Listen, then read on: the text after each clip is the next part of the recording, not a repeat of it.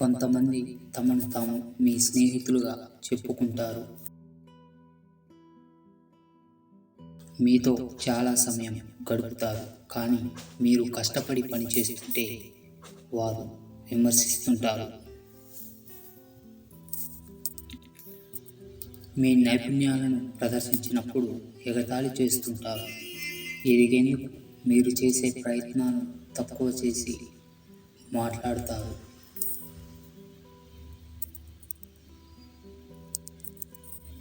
వారు ఎప్పటికీ మీ స్నేహితులు కాదు. జీవితంలో విజయం సాధించాలంటే ముందుగా అలాంటి వ్యక్తులను వదిలించుకోండి.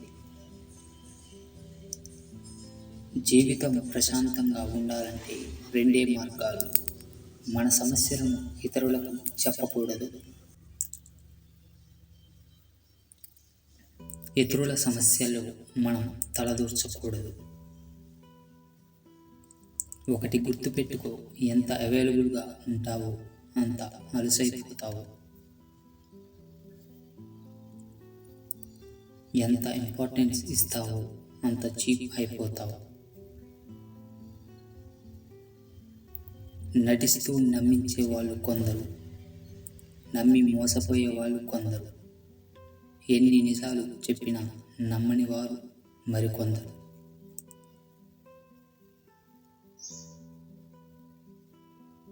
అబద్ధాన్ని నిజమని నమ్మేవారు కొందరు. చెప్పుడు మాటలు విని మనల్ని దూరం పెట్టేవాళ్ళు మరికొందరు. మనమంటే ఏంటో తెలియని వాళ్ళు కూడా మనల్ని హక్కున చేసుకునే వాళ్ళు కొందరు. ఏడిస్తే నాటకం అంటారు, నవ్వితే ఏ బాధలు లేవు అంటారు, మౌనంగా ఉంటే తప్పు ఒప్పుకున్నట్టే అంటారు. మాట్లాడితే చెడ్డవారు అంటారు, మాట్లాడకపోతే అహంకారి అంటారు. ఎప్పుడు ఏదో ఒకటి అంటూనే ఉంటారు. అనే వాళ్ళను వాళ్ళ కర్మకే వదిలేయాలి. మనం మనలా బ్రతకాలి.